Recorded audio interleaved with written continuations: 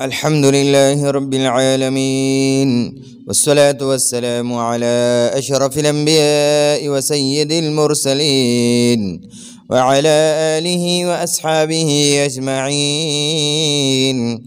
أما بعد، فأعوذ بالله من الشيطان الرجيم. بسم الله الرحمن الرحيم. وإذ قال عيسى ابن مريم يا بني إسرائيل إني رسول الله إليكم مصدقا لما بين يدي من التوراة ومبشرا برسول يأتي من بعد اسمه أحمد. فلما جاءهم بالبينات قالوا هذا سحر مبين. وقال رسول الله صلى الله عليه وسلم أنا محمد وأنا أحمد وأنا الماحي الذي يمحو الله بي الكفر، وأنا الحاشر الذي يحشر الناس على قدمي، وأنا العاقب الذي ليس بعده نبي. صدق الله العظيم وصدق رسوله النبي الكريم، ونحن على ذلك لمن الشاهدين والشاكرين، والحمد لله رب العالمين. اللهم صل على سيدنا ومولانا محمد عبدك ورسولك، وصل على المؤمنين والمؤمنات والمسلمين والمسلمات. محترم عزیزانو، الله سبحانه وتعالى په موږ او تاسو باندې بیا د جمعې مبارکه ورځ راوسته. ډېر عظمت والا لوی شان والا ورځ ده. سید الایام دی جمعې ورځې ته ویلی شي، د ټولو ورځو سردار ورته ویلی شي. د مؤمنانو دعاګانې الله سبحانه وتعالی جمعې په دې مبارکه ورځ باندې قبلوي. او بیا الله جل جلاله په موږ او تاسو باندې د ربیع الاول په شان عظیم الشان میاشت راوستې ده. ربیع الاول داسې عظیم الشان عظمت والا میاشت ده چې په دې عظیم الشان میاشت کې الله سبحانه وتعالی خپل عظیم الشان پیغمبر محمد رسول الله صلی الله علیه وسلم دنیا ته رالیږلی. عزیزانو، څنګه چې تاسو ته پته ده چې د ربیع الاول په شروع کېدو سره انشاءالله العزیز د دې میاشتې د رسول الله صلی الله علیه وسلم سره ډېر گهرا تعلق دی. نو موږ به په سیرت باندې خبره شروع کو. الحمدلله دا مخکې څو جمعې تېرې شوي دي، په سیرت باندې خبره کړې وه. نبی علیه الصلاة والسلام په سیرت باندې ښه تفصیل سره خبره شروع کړې ده، او انشاءالله العزیز ټول سیرت په ښه تفصیلا بیانېږي. عزیزانو، مخکې چې څنګه مونږ واقعات بیان کړه د رسول الله صلی الله علیه وسلم د پیدایش نه مخکې چې څومره زیات جهالت و، د جهالت تیارې وې، ظلمونه و، قتلونه و، ناانصافي وه. الله سبحانه وتعالی خپل عظیم الشان پیغمبر دنیا ته رالیږلو. الله سبحانه وتعالی هغه ټول ظلمونه، ټولې د جهالت تیارې او ټول د کفر هغه تیارې، هغه ټول الله سبحانه وتعالی ختم کړي. عزیزانو، قرآن کې الله سبحانه وتعالی په خپله د دې تذکره کړې ده، وَإِن كَانُوا مِن قَبْلُ لَفِي ضَلَالٍ مُبِينٍ. د نبی پاک صلی الله علیه وسلم د پیدایش نه مخکې وایي دا خلک ټول په ګمراهۍ کې پراته وو، ډېر په واضحه ګمراهۍ کې دا خلک پراته وو. عزیزانو، خلکو به د اورونو عبادت کولو، د بوتانو عبادت به کولو، د نور او د سپوږمۍ عبادتونه به کول، او په بیت الله شریف کې دا کوم چې د مطاف دی، په مطاف کې به د خلکو ځان له بوتان ایښي وو. د نبی علیه صلات والسلام راتلل الله سبحانه وتعالی د دې ټولو خلکو د هدایت ذریعه وګرځوله. عزیزانو، څنګه چې تاسو ته معلومه ده چې د ابرهه واقعه موږ بیان کړې وه. د نبی علیه صلات والسلام د پیدایش نه 80 ورځې مخکې الله سبحانه وتعالی ابرهه سره د خپل د اتیانو او سره د خپل ټول فوج الله جل جلاله مارغان راولېږل د اسمان نه، او هغه سره په خوله کې یو کاڼی به ورسره په خوله کې و، او هغه داسې کاڼي چې الله سبحانه وتعالی په اور کې هغه پخ کړي وو. په اور کې الله پاک هغه کاڼي پخ کړي او هغه کاڼي به یو په خوله کې یو به په یو پنجه کې یو به په بل پنجه کې او په هغه ابرهه قوم باندې به راغورځو. الله سبحانه وتعالی په قرآن کې د دې تذکره کړې ده چې د هغه کاڼي را پرېوتل د هغه انسان په سر باندې را پرېوتل او د هغه ابرهه د قوم الله پاک داسې کړل فجعلهم كعصف مأکول لکه غوا چې یا څاروی چې ځناور چې ګیا اخوري وي په خوله کې ښه وچقی او بیا یې د خولې نه راوغورځوي او په خپلو خپو کې چې هغې د باندې وګرځي. نو وایي داسې الله سبحانه وتعالی د ابرهه دا قوم کو او دا ټول الله هلاک کړل. د دې نه مخکې به کاهنانو جنات د خپل ځان تابع کړي وو. جنات پیریان یې دا تابع کړي وو او پیریان به تلل اسمانونو سره به هغوی ځان له خپل مقاعد جوړ کړي وو، د ناستې ځایونه جوړ کړي وو، خپلې مورچې ځان له جوړې کړې وې او هغه مورچو کې به کېناستل اسمان ته نږدې او د فرشتو خبرې به اورېدې او هغه خبرو کې به لس اته خبرې د ځان نه ورسره میلاو کړي او هغه به یې راوړل کاهنانو له او کاهنانو به ورسره د ځان نه لس اته خبرې نورې جمع کړي او دا چې به کم خلک راتله هغوی ته به یې دا د راتلونکې زمانې هغه پیشنګویانې کولې. نو بیا به یو نه یو خو به یې خامخا د فرشتو هغه خبرې به پکې وي خو به حق وي، دوی به پکې خپلې د ځان نه جمع کړې وي. نو کله ناکله به یو کار نیم پکې وشو داسې د دوی په دې کاهنانو ډېر پوخ عقیده او یقین و. الله جل جلاله قرآن کې فرمایي چې په دې جناتو باندې مونږ د هغه اسمان ته نږدې چې کوم مقاعد جوړ کړي وو هغه ځایونه هم پې مونږ بند کړل. قرآن کې الله پاک پخپله فرمایي وأنا كنا نقعد منها مقاعد للسمع فمن يستمع الآن يجد له شهابا رصدا. دا جنات وایي چې موږ به د اسمان ته نږدې ځان له مقاعد جوړ کړي په هغې کې به د فرشتو د خبرو اورېدو دپاره ناسو او اوس چې وایي هغه ځای ته ورځو وایي په موږ باندې شهاب الرصدا شهاب ثاقب د اور په شغلو باندې موږ ویشتلی کېږو. په موږ باندې د اسمان نه د اور شغلې راایستلی کېږي. نو عزیزانو په جناتو باندې هم الله سبحانه وتعالی د اسمانونو قریب تلل هغه پې بند کړه الله پاک. حضرت عبدالله ابن عمر رضی الله عنهما فرمایي و یو ځل زه خپل بابا جان حضرت عمر رضی الله عنه سره ناست وم وایي هغه وخت د رسول الله صلی الله علیه وسلم بعثت شوی و، الله پاک نبوت ورکړی و. وایي زه خپل بابا جان سره ناست وم وایي ما د خپل بابا جان راته ووي چې یو سړی تېرېدو داسې وایي ما ته وي چې یاره یا خو دا سړی کاهن دی یا چېرته پخوا زمانه کې دا کاهن تېر شوی دی. وایي ما ورته ووي چې بابا جان ته یې راوغواړه چې د نه موږ حالات معلوم کو چې دا څنګه د په کهانت زمانه کې به د څنګه جنات خپل تابع کړي وو، څه حالات وو چې هغه لږ راته بیان کړي. وایي ما هغه کس راوغوستو، حضرت عمر رضی الله عنه فرمایي وایي چې کله هغه کس راوغوستو او هغه نه یې تپوس وکړو چې انت کاهن ته کاهن یې؟ هغه ورته نه الحمدلله وایي زه اوس مسلمان شوی یم، صحابي یم د الله د رسول صلی الله علیه وسلم، لیکن مخکې زمانه کې زه کاهن او حضرت عمر رضی الله عنه ته تپوس وکړو چې څنګه حالات وو او ورته وایي یو ورځ زه ناست وم د جناتو په انتظار کې چې ماله به خبر راوړي. وایي چې زه رالم جنات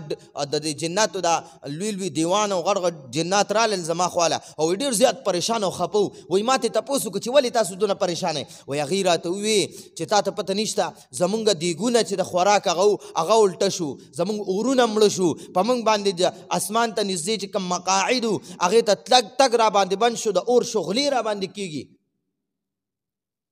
نو عزیزانو الله سبحانه وتعالی د رسول الله صلی الله علیه وسلم دنیا ته د رالیږو نه مخکې ټول حالات صفا کړل، ټول ماحول ورته الله صفا کو، ټول کائنات ورته الله صفا کو.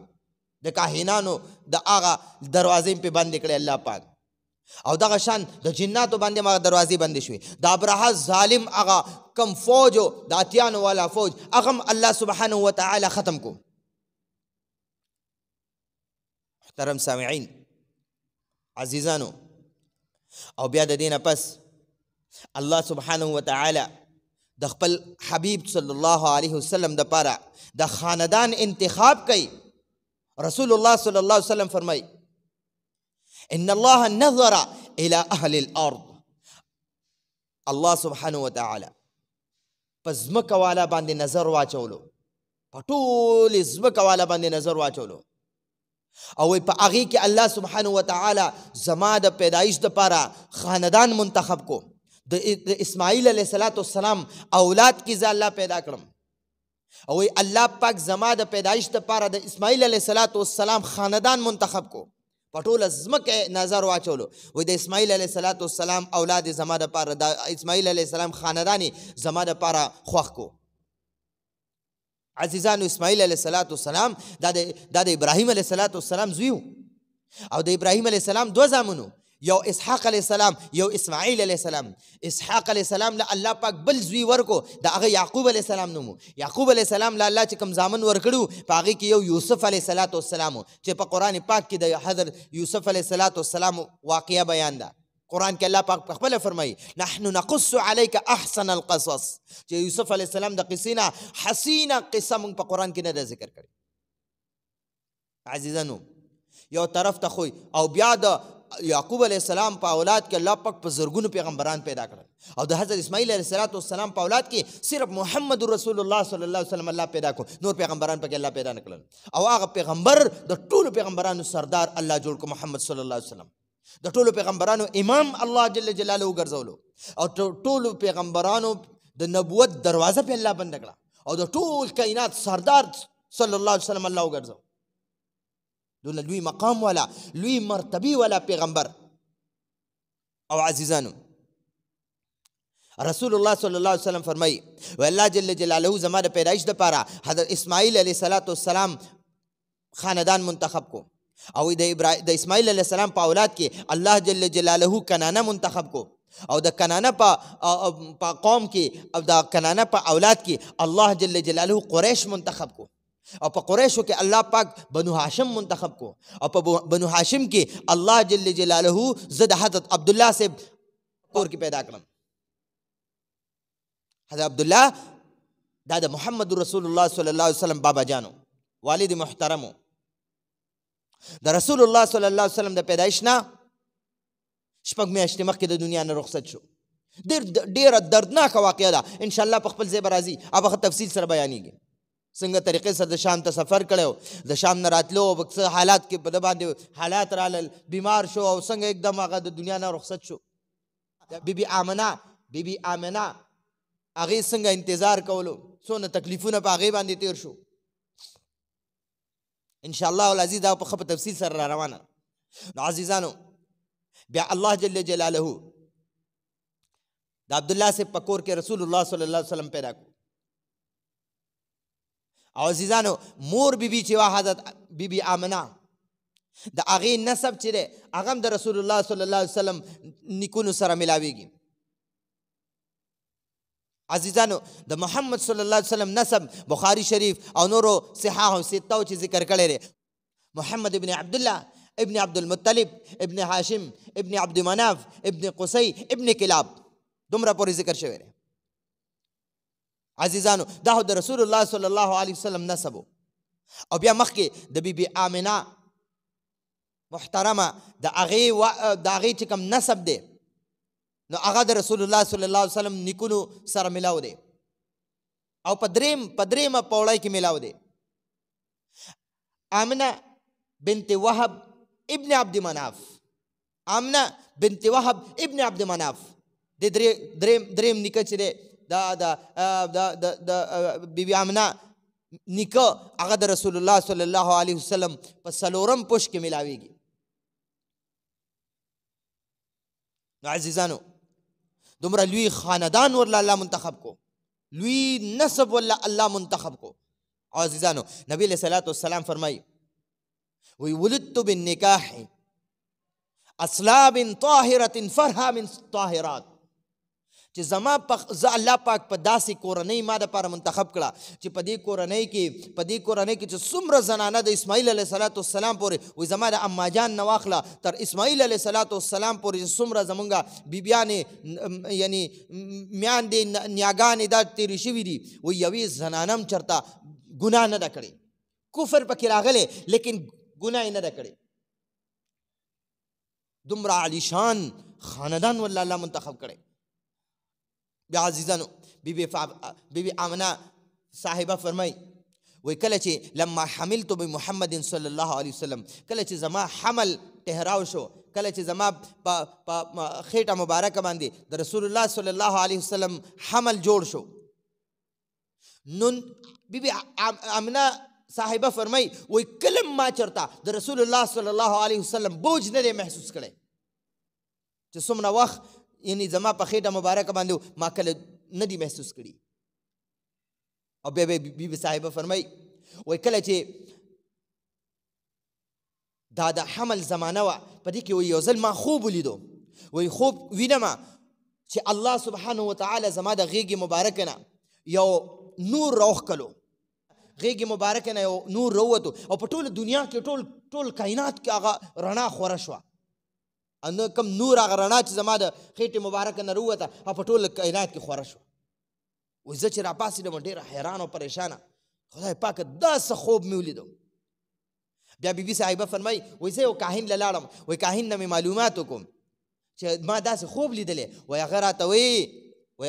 وایي چې ابشري یا آمنه ابشري یا آمنه ان الابنک هذا لشأن ای آمنه تا ته د خوشخبري وي ستا په دې غېږه مبارکه چې کوم بچی دی دا ډېر لوی شان والا دی ان الابنک هذا لشأن ستا دا بچی ډېر لوی شان والا دی بیبي صاحبه فرمای و یو ځل په لاره تېرېدمه وایي ما غیبي اواز واورېدو ابشري یا آمنه ای آمنه تا ته د خوشخبري وي وایي حیرانه شوم یو خوا بل خوا ګورم څوک نه وینم خبره لاړه راله وایي څو ورځې پس بیا په هغه لار تېرېدم وایي بیا راته اواز وشو چې ابشري یا آمنه فانک قد حملت باحمد چې ای بیبي آمنه تا ته د خوشخبري وي ستا چې دا کوم حمل دی ستا چې په دې غېږه مبارکه کوم بچی دی د ده نوم احمد دی عزیزانو د نوم انتخاب هم الله پاک مخکې کړی دغه شان حضرت حسن ابن ثابت رضی الله عنه فرمایي یو خو بیبي آمنه صاحبي ته غیبي اواز راغی فانک قد حملت باحمد چې ستا په غېږه مبارکه کوم بچی دی د ده نوم احمد دی او یو بل مخکې واورېږي حضرت حسن ابن ثابت رضی الله عنه فرمای دته شاعر رسول صلی الله علیه وسلم ویل شي مکه مکرمه کې به رسول الله صلی الله علیه وسلم ته خلکو کله تکلیف ورکو او رد بد به ورته وي حضرت حسن ابن ثابت رضی الله عنه ته نبی علیہ السلام وفرمایل وای اے حسن زما طرف نه د کافرانو د قریشو له جواب ورکا زما طرف نه ولا جواب وکړه یو ځل ډېر زیات رد بدې د قریشو نبی علیه الصلاة والسلام ته ویل حضرت حسن ابن ثابت رضی الله عنه ډېر زیات خفه شو او یا رسول الله مال اجازت راکړئ چې زه د قریش برابر کم په دې اشعارو کې ورته داسې څه واورم چې دوی څه وایي چې په خپلو خبرو ملامته شي نبی علیه الصلاة والسلام ورته وفرمیل وایي ای حسن زه هم قرشي یم زه هم د قریش یم نو ته چې قریشو ته خبرې کې او ته دوی ته رد بد وې نو په هغې کې خو زه هم راځم وایي نه یا رسول الله صلی الله علیه وسلم وایي نه وایي زه به تاسو داسې د دې قریشو نه وباسم په دې خپلو اشعارو کې لکه څنګه چې زنانه د وړو نه ویښته وباسي او په ویښته پسې یو ذره د وړو ونه لګي وایي دغه شانتې به زه تاسو د دې قریشو د دغه نه وباسم عزیزانو بیا مخکې فرمای وای حضرت حسن ابن ثابت رضی الله عنه ته نبی علیہ السلام وفرمایل په حرم شریف کې بیت الله شریف کې مسجد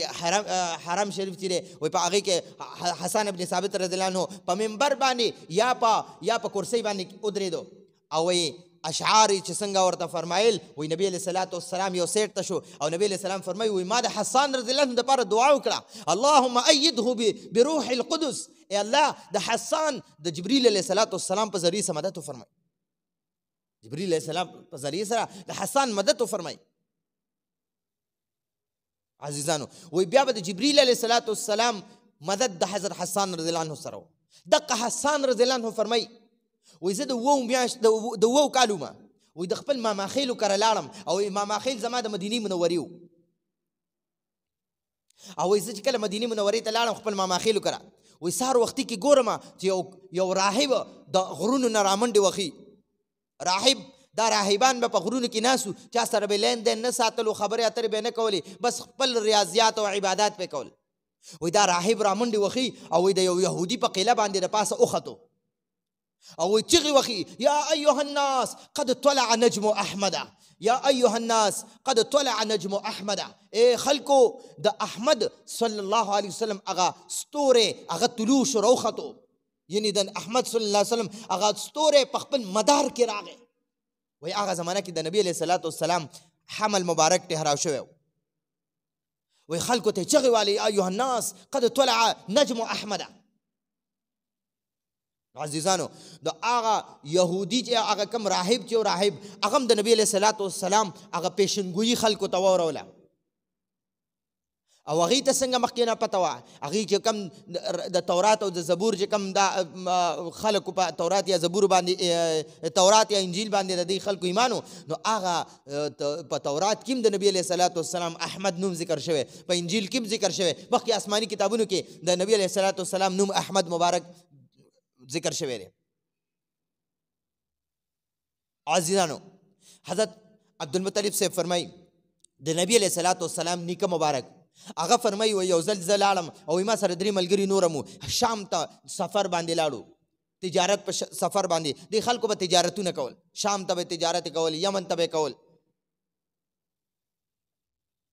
وی شام ته په سفر باندې لاړو، وی الته څه ګورو چې د یهودیانو راهبان د یهودیانو عالمان لوی لوی راهبان، وی هغې ته پته ولګېده چې د مکې مکرمې نه د یو قافله راغلې ده.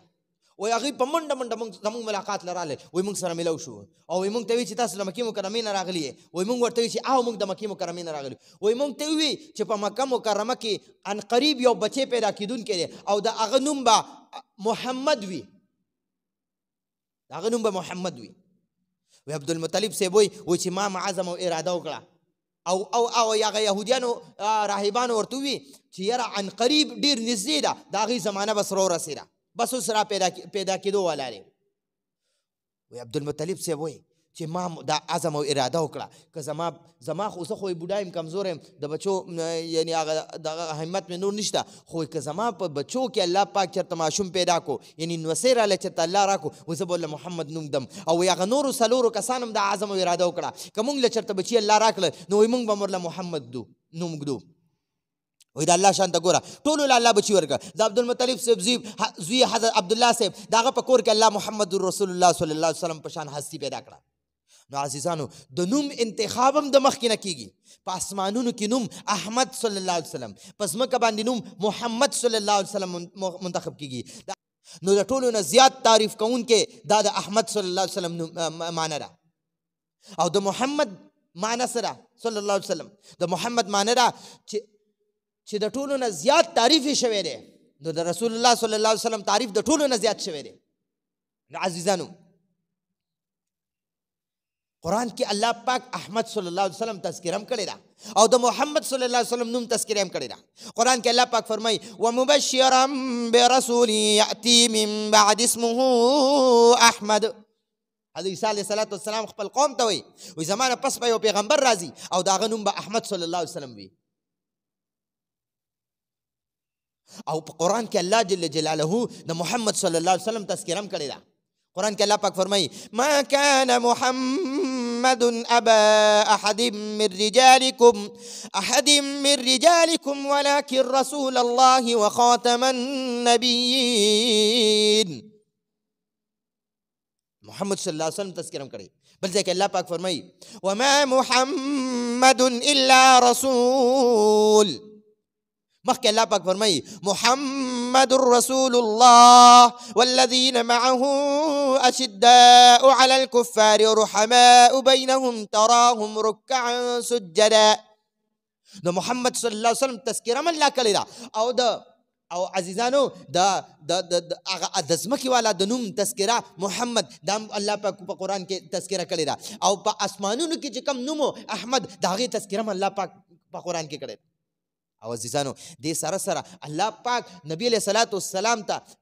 د نبی علیہ السلام صفاتی نمونه په قرآن کې ذکر کړي دي. وما ارسلناک الا رحمة للعالمین،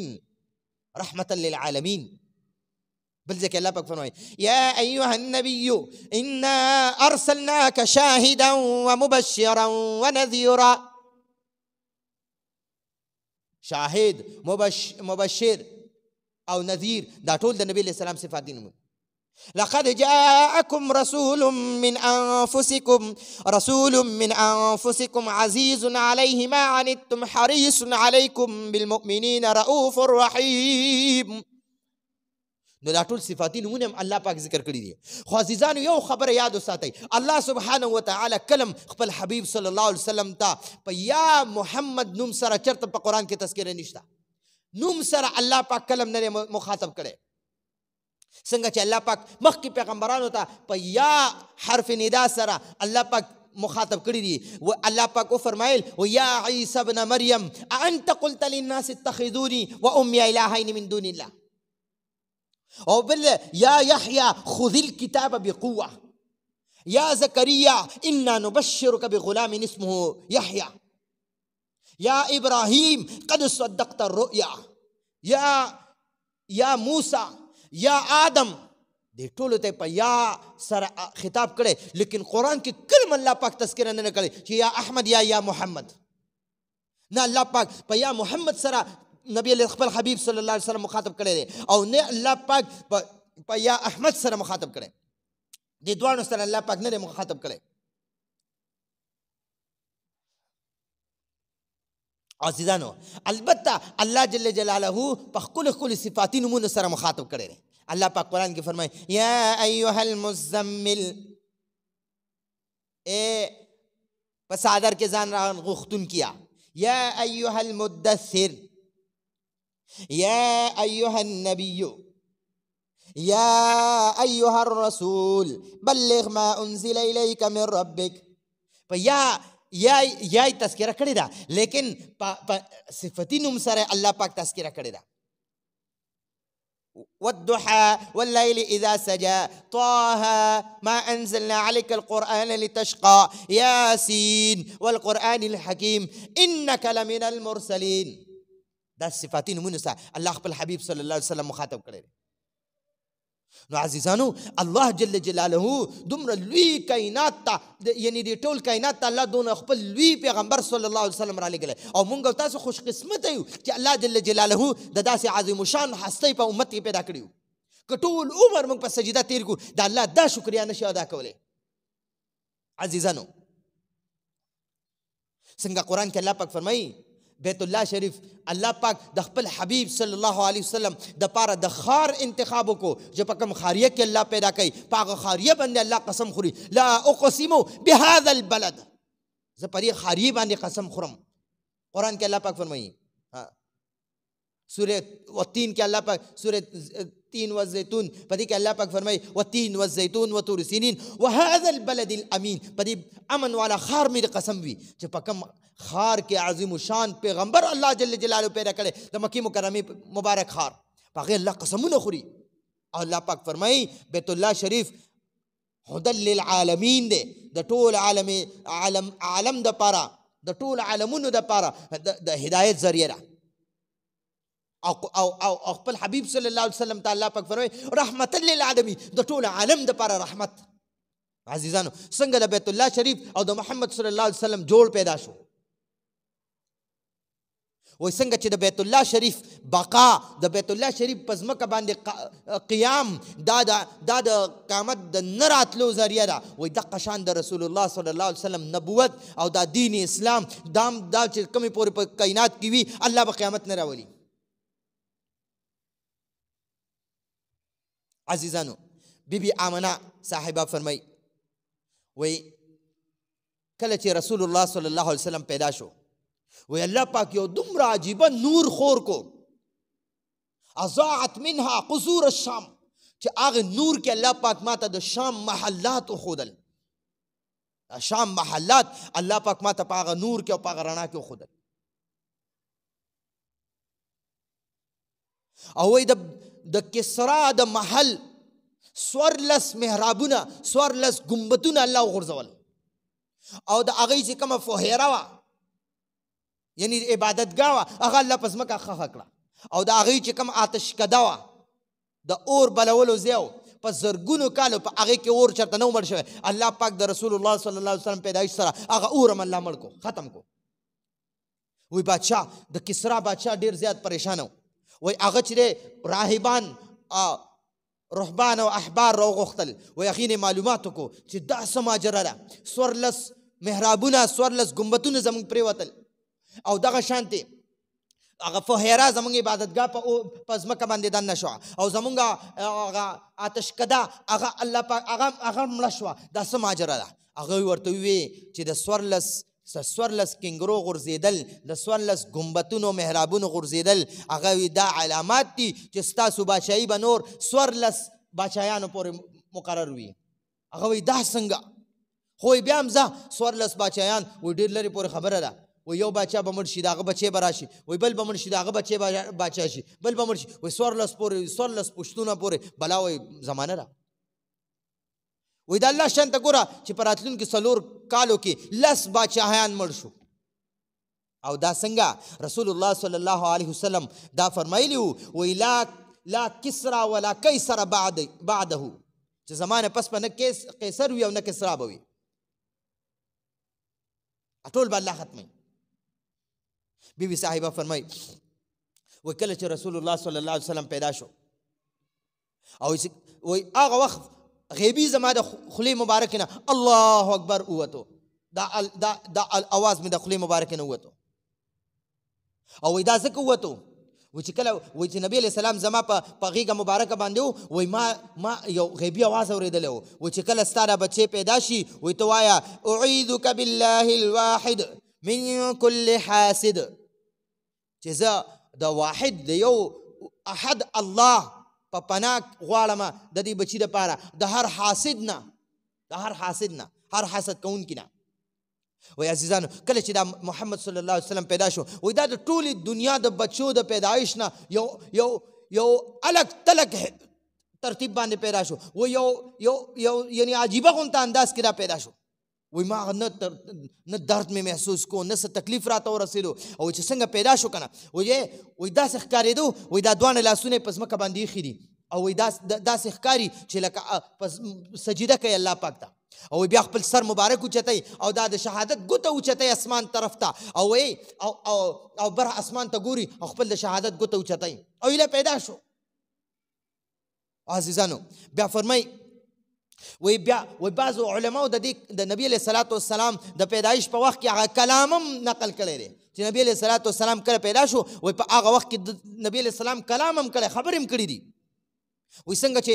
حضرت عیسی علیه الصلاة والسلام د خپلې مور بیبي په غېږ کې خبرې کړې وي إني عبد الله آتاني الكتاب وجعلني نبيا وجعلني مباركا أينما كنت وأوصاني بالصلاة والزكاة ما دمت حيا دا د عیسی علیه السلام خبرې وي د خپل مور بیبي په غېږ مبارکه کې چې پیدا شو او هغه زمانې خلکو پې تهمتونه لګول نو بیا فورا حضرت عیسی علیه السلام الله پاک گویا کو انی عبد الله زه د الله بنده یم آتانی الکتاب الله ماله کتاب را کړی وجعلني نبیا او زه الله نبي وګرځلم جوړ کړم او عزیزان دقه شان فرمای وی حضرت موسی علیه السلام باندې چې کله قارون د سازش جوړ کو او تهمت پې ولګاو په 20 سپاره کې سوره قصص کې ان قارون کان من قوم موسی فبغى عليهم مفسرین په دې کې دغه واقعه لیکلې ده وی کله چې موسی علیه السلام باندې قارون دغه تهمت ولګاو نو بیا هلته ماشوم هغه ماشوم د موسی علیه السلام د صفۍ ګوی ورکړه او دغه شان د غېږې ماشوم او حضرت یوسف علیه السلام باندې چې کله تهمت ولګېدو وایي دغه شان ته الله جل جلاله یو د غېږې ماشوم گویا کو د یوسف علیه السلام صفحه وکړه او اصحاب اخدود کې کومه واقعه چې ده په هغې کې یو ماشوم یعنی خبرې کړي په ماشوموالي کې او ماشیتا چې کوم ده د بیبي آسیې د قارون د فرعون د بیبي هغه خادمه وه د هغه چې کله مسلمانه شو په موسی علیه السلام ایمان راوړو د هغه لوریانې هغه فرعون په اور کې وغورځولې مشره یې وغورځوله هغه په اور د غوړي تیل ګرم کړه په هغې کې مشره یې ور وغورځوله هغه پکې وخوټ کېده او چې کله د غېږې ماشوم یې د مور نه واخېسته د پیو ماشومه وه او هغې ور غورځوله وایي مور یې په چغو چغو جړل وایي هغه ماشوم یې ورته آواز وکړو چې اما جان جاړه مه انشاءالله اوس په جنت کې یو ځای کېږو ته خفه کېږې مه خفه کېږه مور جانې نو هغه ماشومې خبرې کړې وي وایي دقه شان رسول الله صلی الله علیه وسلم په پیدایش وخت کې بعض علما فرمایي وایي کلام یې کړی دی او اولنی کلام د رسول الله صلی الله علیه وسلم کوم کلام و وی الله اکبر کبیرا والحمد لله کثیرا وسبحان الله بکرتا واصیلا. دا اللہ تعریف یې وکړو، دا الله بڑی بیان کړه. عزیزانو دا خو د رسول الله صلی الله علیه وسلم د بچپن هغه بچپن کې کلام و چې پیدایش وخت کې کلام وکړو. عزیزانو بیا فرمای وی عبدالمطلب صاحب هغه وخت کې په بیت الله شریف کې لګیا و، هلته کې ډډه والې وه د بیت الله شریف دیوال ته، او هلته هغه ته پته ولګېده عبدالمطلب صاحب چې و دا به په حاجیانو باندې به خوراکونه کول، زمزم به پسکل، په هغې کې به ورته شات ملاول او ډېر خدمت به کولو، د هغې د خوراک څښاک، د هغې د رهایش انتظام به کولو. او وی هلته کې ورته پته ولګېده چې ستا د بچي د عبدالله صاحب په کور کې ماشوم پیدا شوی دی. وی په منډه منډه راغی، وی چې وی کتل نبي علیه الصلاة والسلام پروت دی، وی روچت یې کو، فوراً یې روچت کو او وایغستو او بیت الله شریف دروازې کولو که دنې بوتلو او یا الله دعا یې وکړه چې الله تا ته څنګه پته ده چې د دې بچي والد محترم عبدالله صاحب وفات شوی دی، خدای پاک ستا په پناه کې در کومه او خدای تی حفاظت وکړي او خدای پاکه لوی شان او عظمتونه ورله ورکړي. او بیا کور ته راوړو او خپل د بیبي آمینې ته وایي چې آمنه د دې بچي ګورې ان هذا ابني لشأن، زما دا بچی ډېر لوی شان والا دی، د ده ډېر خیال کوه. او بیبي آمنه صاحبه فرمایي وی ولد مختونا ومسرورا، زما دا بچی پیدایشي سنتم دی. دا ماشوم دا نبی علیہ الصلوۃ والسلام ته اشاره وکړه چې ولد مختونا ومسنونا، دا زما بچی پیدایشي سنت، یعنی موږ ماشومانو له سنت کوو کنه، هغه پیدایشي سنت او مسرور یعنی ډیر زیات په مخ مبارک باندې تبسم د خوشحالۍ آثارو به. او عزیزانو دا نوم نه دی، نوم مبارک د نبی علیہ السلام، هغه هم پیدایشي کټو. موږ خو په خپل ماشومانو له شپږم اوومه ورځ باندې په خپله کټ کوو که نه دي، دغه په خپله نه کټو، پیدایشي کټو. او بالکل د نورو ماشومانو په شانتې نه و، بالکل صفا الله پیدا کړو، بالکل صفا. وای عزیزانو بیا په هغه زمانه کې به خلکو د خپلو بچو له په خپله پی نه ورکول، د خپل بچي به دیهاتو ته لیږل، کلو ته به یې لیږل. او کلو ته به یې ځکه لیږل چې د کلو هوا صفا وي، د کلو ماحول صفا وي، په کلو کې دا ګرد و غبار نه وي، په کلو کې د کلو لغت ژبه زبان هغه صفا وي او د هغې خوراک څښاک صفا وي. نو وی د بنو سعد مرضعات رالی، زنانه رالی، او هغوی وی دا ماشومان د مکې مکرمې نه وړل، چې کوم ماشومان به پیدا شو نو دوی به یې وړل، خو په اجرت باندې نه، پیسې به یې نه اخېستې، بچو له به پی ورکول خو پیسې به یې ترې نه اخېستې، خو صرف به دا خواهش و چې یاره کله زه خپل بچی دې ته حواله کومه، د دې دا بچی دې ته حواله کوم نو ماله به څه کپړې راکړي، ماله به څه تحفې تحایف راکړي، ماله به نور داسې څه راکړي، لیکن منتخب کول به نه، اجرت به نه مقرره و. وی د بنو سعد مرضعات رالی، مکه مکرمه کې وګرځېدي، او وی ټول ماشومان چې څونه وو هغې اوچت کړه. او نبي علیه الصلاة والسلام له یوه قسم رانله، څوک هم ورله رانله، او دا ځکه رانله چې هغه یتیم و، او دوی وی چې یاره د ده پلار مبارک خو نشته دی، نو موږ به بیا څوک خوشحالی، موږ له به بیا دا تحفې تحایف څوک راکوي، موږ له به څوک څه راکړي بیا. وی په دې کې حلیمه سعدیه دا راورسېده. وی دا ځکه د ټولو نه لیټ راورسېده چې د دې کم خرو یا بعضو کتابونو خر لیکلی، بعضو کتابونو اوښ لیکلی دی، اوښه لیکلې ده، نو وی هغه ډېره کمزورې وه، لاغره وه، او هغه راتلی نه شوه، په مزه مزه راتله. نو ټول علاقې خلک د زنانه ته مخکې راغلي وي، ماشومان یې اوچت کړه او ټولو نه مخکې ورسېدې. او وی دې سره خپل خاوند حارث هم و، د بیبي حلیمه سعدیه د خاوند نوم حارث و، هغه هم ورسره و. او هغه په مکه کې وګرځېده، یو بچی هم ورته میلاو نه شو. وی بیا یې د خپل خاوند ته وی چې یاره مونږ لا خو وی دا خو ډېر یعنې ډېره بده خبره ده چې مونږ سره ماشوم نه یو، مونږ همداسې ځو واپس، راځئ چې دا یتیم ماشوم واخلو. وی کله چې راله، او وی چې کله د بیبي آمینې کور ته راله، او وی کتل، وی عبدالمطلب صاحب هم و. وی عبدالمطلب صاحب ورته وی چې ما اسمکې، چې ستا نوم څه دی؟ هغې ورته وی حلیمه. او من قبیلتو کې، ستا قبیله سره؟ هغې ورته وی چې سعدیه، قبیله سعد، بنو سعد، دا زه د قبیله بنو سعد یم. او فرح فرحا شدیدا، وی عبدالمطلب صاحب ډېر زیات خوشحاله شو، ډېر زیات خوشحاله شو. او بیا ورته وی چې زه خو ډېر غریب یم، زه چې څونه زما آمدن دی هغه ټول په حاجیانو خوراک څښاک او د هغوی په رهایش باندې ختمیږي، زما سره خو داسې څه شته دی نه، ګورې ما نه دا تمه مه کوه. او ورته وایي چې نه دغه تمه به نه کوو. خو وایي ان ابني هذا لشانون، ګورې یاد وساته زما دا بچی ډېر لوی شان والا، ډېر لوی شان او مرتبې والا دی. وایي بیبي آمنې ورته آواز وکړو چې ولده مختونا و مسرورا، زما دا بچی پیدایشي سنت هم دی او ډېر خوشحاله پیدا شوی دی. وی عزیزانو بیبي حلیمه وی کله چې ما نبي علیه السلام روچت کو کنه وی چې هغې له خوا ورلم وی د ریخمو شنه کپړه د ریخمو دا سبز کپړه نه ده دا ورته لاندې خوره ده او دومره ښکلی انداز کې پروت دی ودرې او اسمان طرف ته سترګې دي او ودرې خو پرې مخ باندې د تبسم او د خندا او د خوشحالۍ آثار دي. وی ما همت ونه کړو چې یاره زه دا بچی روچت کړم. وی بیا مې روچت کو او چې روچت مې کو وی را روان شو وی په خپله اوښه به په خپل خر باندې کېناستم او وی خاوند رانه مخکې کېناستو وی زما هغه اوښه یا هغه خره هغه نه پاسي وی نه ځي روانېږي نه. وی ما د خپل خاوند ته وویل چې یاره د بچي خو دونه بوج هم نه دی خو ځه ته د اوښې نه کوشه یا د خر نه کوشه او د خاري نه چې بار شو بیا به ته کېنې. وی چې کله بار شو د خاري نه وی بیا کېناستو وی بیا هم هغه اوښه نه تله یا هغه خر نه تلو. وی ما وی حارث وی چې یاره دا ماشوم راته ډېر لوی شان والا ښکاري ډېر لوی مرتبې والا ښکاري او د ده مالک دا رستو نه پرېږدي رستو دا نه مني نو ته دا مال راځه به مخکې ځان سره غېږ کې ونیسم. و چې څنګه ځان سره مخکې غېږ کې ونیولو که نه او وایي د بیبي حلیمې هغه سورلۍ روانه شوه که نه وایي هغه نورې مرضعات چې وي وایي هغوی ته ډېر مخکې د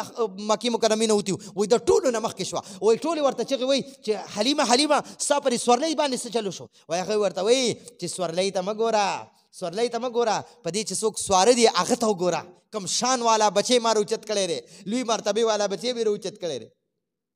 او چې کله مخکې بیا لاړل دغه ته ورسېدل خپل علاقې ته ورسېدل نو وایي دا بیبي حلیمې سعدي چې کومه قبیله وه وایي هغه ډېر زیات د غربت د وجې نه او ډېر زیاته برباده وه حالات یې ډېر خراب وو. او بیبي حلیمه فرمایي وایي زما په خپله چیلۍ هم ډېرې کمزورې وې په دې غرونو کې به سرېدې او بل چې دی وایي زموږ کور کې یوه اوښه وه او وایي هغه په یو سایډ کې بیماره پرته وه راپاڅېدی به هم نه شوه او وایي زما په خپله د لوږې او د تندې د وجې نه دا حالت و چې زما په خپله پی نه و. وایي زما یو خپل بل بچی و عبدالله یې نوم و وایي هغه هم د پیو بچی و د هغه وخت په هغه هم وایي پی څکل نو وایي هغه ته به هم پی نه رسېدل وایي هغه به ټوله ورځ د لوږې د وجې جړل. و چې کله نبي علیه السلام مې کور ته راوستو دا بچی او وایي کله ما د خپلې غېږې ته واچو نو وایي اول خو ګس طرف نه پی نه څکل وایي بیا مې ښي طرف ته واچو نو ښي طرف نه پی څکل او وایي زما سینه الله پاک ډکه کړه پی ښه ډېر الله راکړه. وایي زمونږ هغه کور کې چې کومه بیماره اوښه پرته وه ملاسته وه هغه هم الله راپاسوله او وایي هغې دا تعین هم د پیو نه ډک شو او وایي خاوند مې وایي چې حلیمه دې اوښې ته وګوره وایي اوښې له ورلو او د اوښې نه پی راواغېستل او عربو ته دا د اوښې پی ډېر زیات محبوب او وایي هغه پی راوړل او بیا چې کله چیلۍ رالي وایي هغې هم پیو نه ډکې وې وایي د هغې پی هم را دغه کړه. وایي بیا الله زموږ په کور کې سم برکت واچو. وایي ما له الله ښه ډېر پی زما بدن کې پیدا کړل. وایي دواړو بچو به ښه په مړه باندې پی څکل او ښه په آرام باندې به ټوله ورځ وده او عزیزانو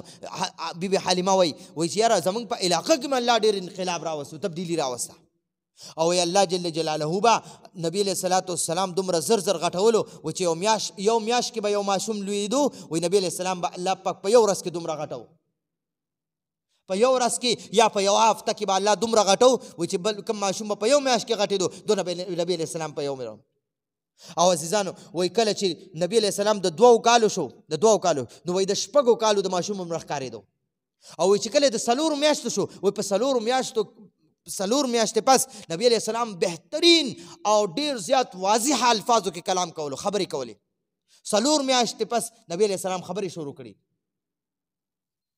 او ډېر فصیح کلام به کولو فصیح الفاظ به ډېر واضح خبرې به کولې. عزیزانو د نبی علیه السلام یو رضایي رور د هغه عبدالله نوم و د پلار مبارک نوم یې عبدالله او د رضایي رور نوم یې عبدالله او 2 خویندې وې د یوې نوم شیما او د یوې اونیسا یا انیسا اونیسا هم ورته بعضو کتابونو کې لیکلي او په لغتو کې او بعض ورته انیسا وایي نو دا 2 خویندې مې وې رضایي خویندې وي. او عزیزانو بیا وایي چې کله حالات تیریدل نو بیا څه وخت کې وایي نبي علیه صلات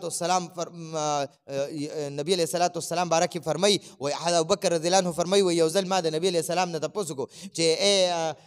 ای د الله حبیبه هغه وخت کې نبي علیه السلام ته نبوت میلاو شوی وایي د الله حبیبه تاسو بعض وخت کې دومره واضحه کلام وکړئ خبرې وکړئ چې په هغې باندې زه هم نه پوهېږم. نو عزیزانو دا د رسول الله صلی الله علیه وسلم حالاتو. ان شاء الله آینده جمعه کې به بیا نور واقعیات بیانېږي. واخر دعوانا ان الحمد لله رب العالمین برحمتك یا ارحم الراحمین. الحمد لله رب العالمین والصلاة والسلام علی اشرف الانبیاء والمرسلین محمد وعلى آله وصحبه اجمعین. خدای پاک سم واورېده سم ووې په دې د عمل کولو توفیق راکړي. خدای پاک د محمد صلی الله علیه وسلم سیرت او باندې د عمل کولو توفیق راکړي او په سنتو باندې د عمل کولو توفیق راکړي. خدای پاک په سنتو باندې زندگی راولي او خدای پاک د سنتو نه هټ کر زندګۍ نه نفرت پیدا کړي. خدای پاک د دین محبت هم په زړونو کې واچي، د خپل حبیب صلی الله علیه وسلم محبت هم په زړونو کې واچي. خدای پاک د دنیا او د آخرت د زلالت نه حفاظت وفرمایي او خدای پاک د خپل حبیب صلی الله علیه وسلم د لاس مبارک نه د حوض کوثر را نصیب کړي. خدای پاک دنیا کې د چا محتاج نه کړي، دنیا کې هم ذلیل نه کړي، رسوام نه کړي. خدای پاک په آخرت کې هم ذلیل او رسوایی نه وساتي. خدای پاک څونه مریضان پرې مجمع کې ناست دي او شفای کامله عاجله ورته نصیب کړي. پرې کورونو کې څونه نارینه زنانه بیماران دي، شفای کامله عاجله مستمره ور نصیب کړي. او خدای پاک څونه ملګري ناست دي د چا شرعي حاجات دي خو د خپل غیبي خزانو نه پوره کړي. وصلی الله تعالی علی خیر خلقه محمد وعلیه واصحابه اجمعین برحمتک یا ارحم الراحمین.